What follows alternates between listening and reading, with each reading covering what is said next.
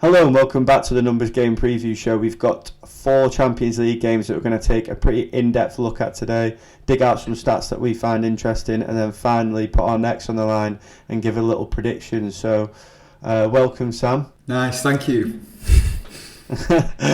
The first game that we're going to look at is Atalanta versus Real Madrid, and the eagle-eyed amongst you will have noticed that we've got Atalanta as favourites to beat Real Madrid in the Champions League, man. That is wild. The numbers game AI is not holding back. Atalanta come into this in absolutely scintillating form. They've undefeated in the last 14 matches, winning 12 of them.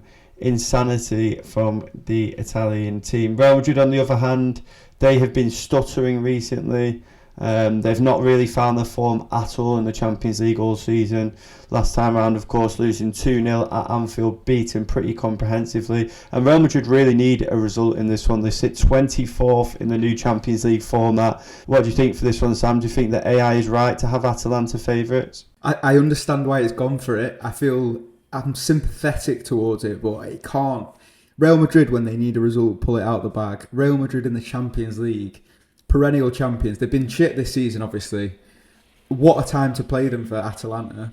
And I do actually remember that Atalanta game, their last loss in September, because I backed them to win, and Como hadn't won all season, and they beat them. So that was absolutely typical. For Madrid, obviously a must-win game. They don't want to bow out of the Champions League. That is unthinkable for a team of that stature. You've nicked my stat with the 14 games unbeaten, but in Atalanta's last 10 games, they've conceded 0.5 goals a game on average. I.e., they've conceded 5 goals. So it's not going to be a walk in the park for Madrid. No, you're right. I would back probably. Oh, it's too close to call, man. It really is.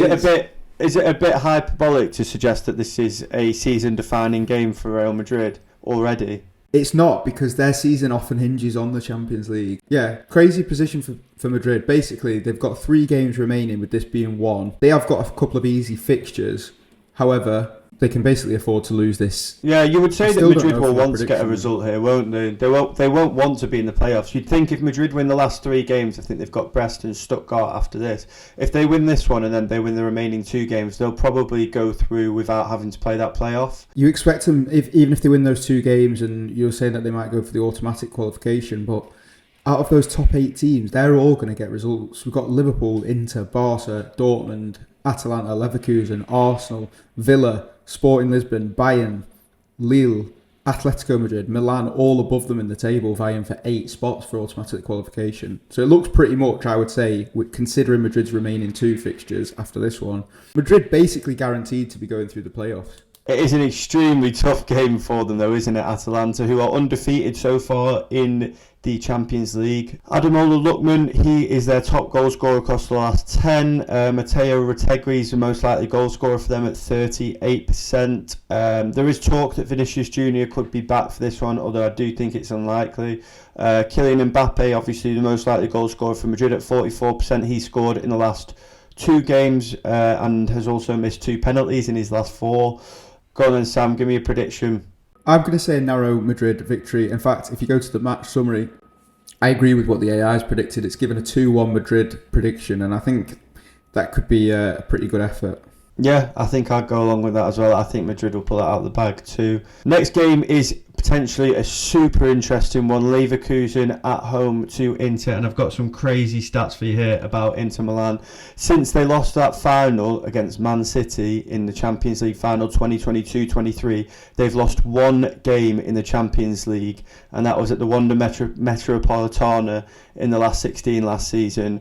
This season they have won 4 and drawn 1 away at Man City, and they've not conceded a single goal. They come into this on incredible form. They've not lost a game in the last 13 matches in all competitions. They've won 10 of those games, and they're coming up against another brilliant team in Leverkusen, who don't have anywhere near the same level of experience at this level, though, I would say. A team who were quite handily beaten by Liverpool before bouncing back and thrashing Salzburg 5-0.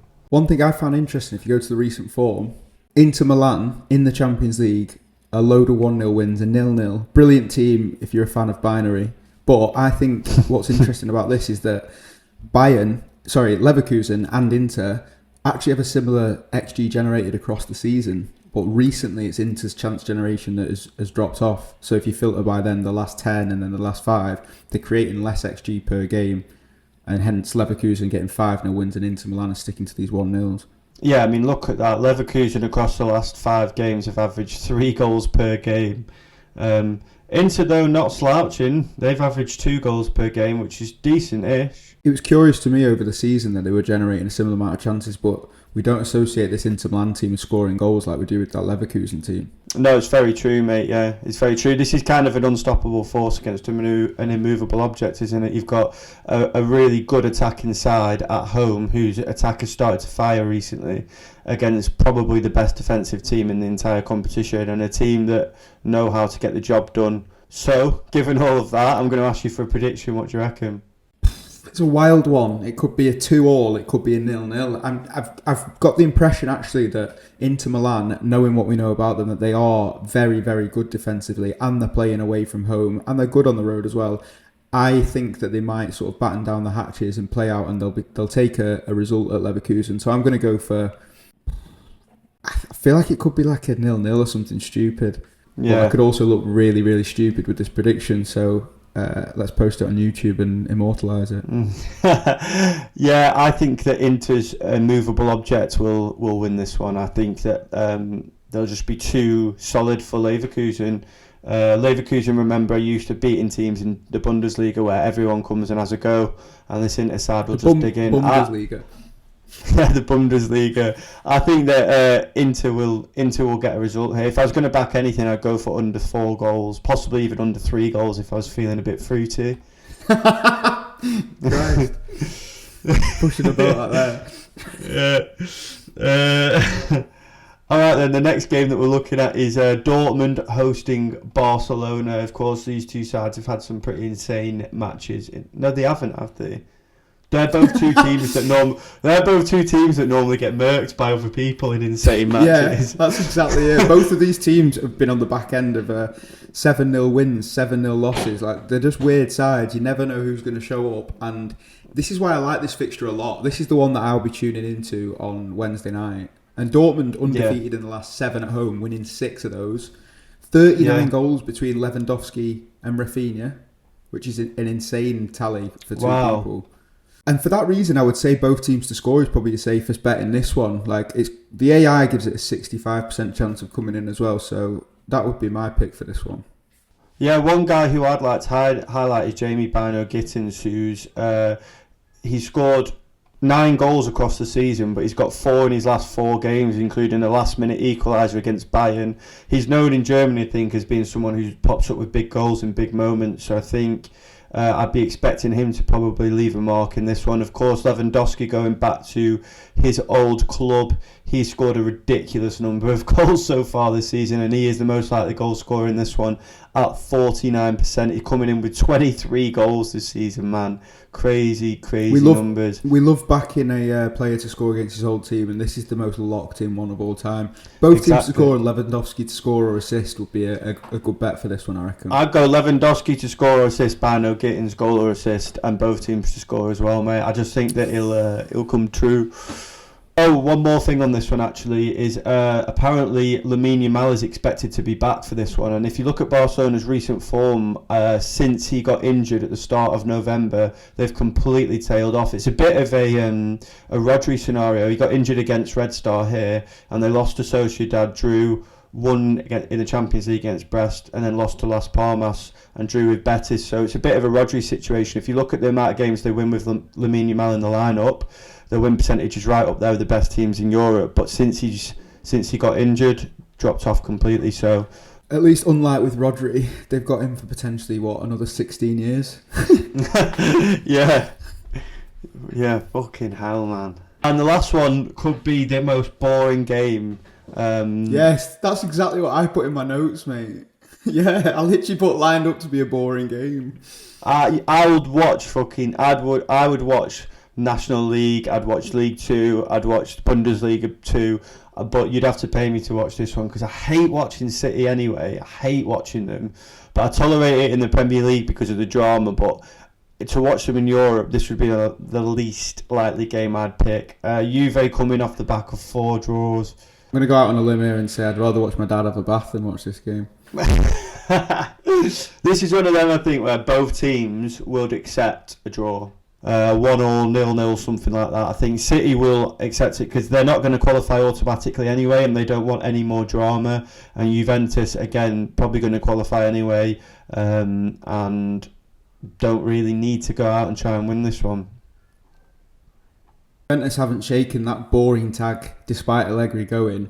They've got, even Vlahovic is your talisman. It's just boring. Just a boring guy. He's got 9 goals this season.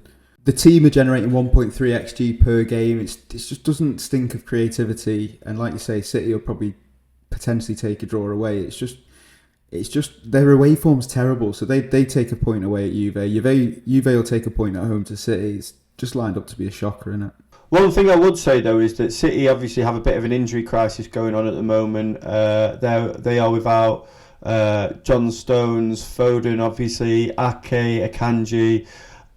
Juventus will know that City can be got at, and I do think that they will be looking at this thinking that if they can hang on, then they can definitely hit City on the break. And City will probably know that themselves, and that's why you probably see some turgid recycling the ball for 90 minutes and nothing to write home about. So given all of that, what are you expecting? 4-3, 5-4, something like that?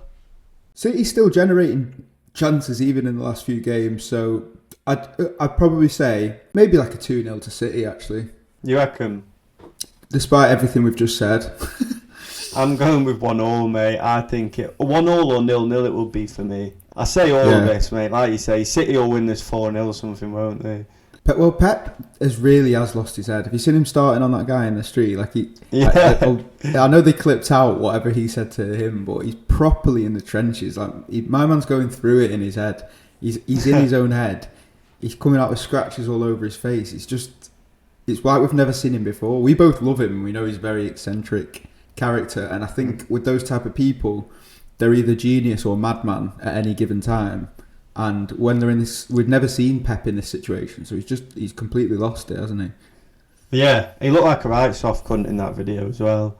You'd defo fill him in. He was going, hold me back. yeah. No, seriously, hold me back. Is there anything else that you want to cover? Or?